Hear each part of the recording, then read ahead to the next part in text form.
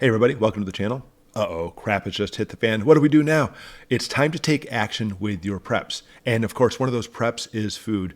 You're going to love this video, by the way. All kinds of really good tidbits as far as prepping and preparing for when that day comes, you'll know exactly how to act. Number one, garden. And I think a lot of people already know this. I'm not going to go into really long details about gardening. Potatoes, carrots, radishes. That seems to be some of the things that grows really well and easily too. But they also store well too in the basement. So make sure you know how to garden to be able to sustain yourself. Number two, keep animals. And I know with current laws and zoning, you may not be able to do this, but if crap hits the fan, you never know. Chickens, obviously, producing a lot of meat and eggs for you. A lot of people love to have rabbits. They produce a lot of meat, and of course they mate like rabbits do. And quail. Quail is one of the coolest things now too, for the fact that you can eat the quail, but they produce a lot of eggs as well. Number three, don't let your food go to waste. And one way to not let it go to waste is obviously preserving your food. Canning is a great option, by the way. If you don't know how to can, certainly research it, get into it. It's amazing. Canning meat, canning beans, or even canning produce, by the way. Produce, of course, as you know, goes bad so quickly. But I mean, canning does take a little bit as far as getting to know how to do it. Once you do it, it's rewarding. Or you could possibly even dehydrate too. Dehydration is a great way that's been done for the longest time to be able to preserve, especially like produce too. Now, even if you prepare some vegetables and you boil it in some water, that water, don't let it go to waste. Vegetable water is amazing stuff. It actually retains a lot of the vitamins and minerals that you had from that produce, and then you can turn it into stock for soup and such. Number four, your stockpiles will pay off.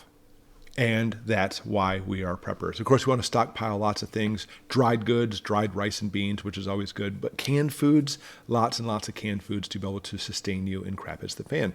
Now, oatmeal is something that's often overlooked. It's high in proteins, will satisfy you, and is a really good thing that can actually start your day off to get some energy, be able to get the carbs going so you can deal with whatever you need to when crap hits the fan. Number five, having a prepping mindset. And when I say prepping mindset, of course, prepping, people think just stockpiling stuff, which is great, but you almost need to lean more toward the homesteading aspect. This whole mindset of survivability and self-sustainability is what should be on your mind all the time, especially when crap hits the fan. Like, for example, you can get some bread, last a few days. You can get some flour, in your freezer. Nobody said a freezer will be going when crap hits the fan. Can last, for months, if not maybe a year or two. But if you store wheat berries and learn how to grind the wheat berries into making your own bread, it's a great thing. Now, I'll put a link below for a WonderMill. That's what we use to grind our wheat berries to be able to do this. Apple scraps, it's amazing. We eat the apples, whatever, all the scraps and peels and stuff you can boil down to make apple pectin. That's the same pectin you can actually make pies and jams and jellies and stuff with. The meat, of course, we like to cut the fat off our meat. That's the tasty part. But all that fat can be rendered. And once you render that fat, you can use it for frying, to make soap, to even light lanterns if you can actually get it in a liquefied form. When you hunt or butcher an animal, you want to use the entire animal.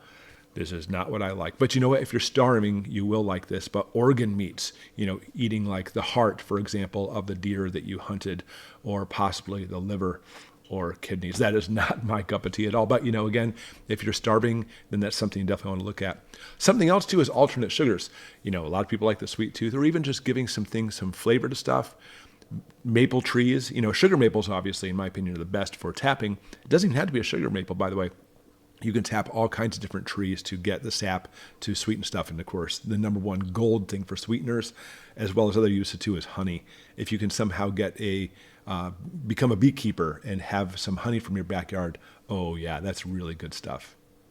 Number six, not much fuel or energy. This is a very real possibility. We picked our property, so we had lots of wood, but I know that's not going to be the case for a lot of people. And even if with electricity, we're talking about energy needs of the future, the electricity, we're not going to have enough. We're going to have shortages coming very soon.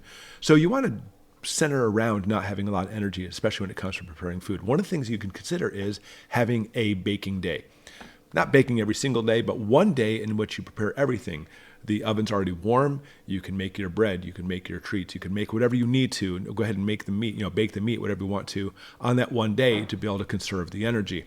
Fuel, understand, back in certain circumstances like depression stuff, was actually pretty expensive. And when we bake all at once, it actually helps out with that. Even take your old bread, by the way. Bread goes moldy. If you bake it, you can turn it into like some hard, crispy bread, crouton type stuff. Much better than eating moldy bread, mind you, but it is something you can do to preserve. Not to mention great with soups. Meat. When we talk about as far as meat portions, obviously you want to be able to complement it with lots of rice and potatoes, other things too, some starches to give it the energy to make the meat go longer. But I think in Americans, we probably eat too much meat. I'm saying that I'm on keto.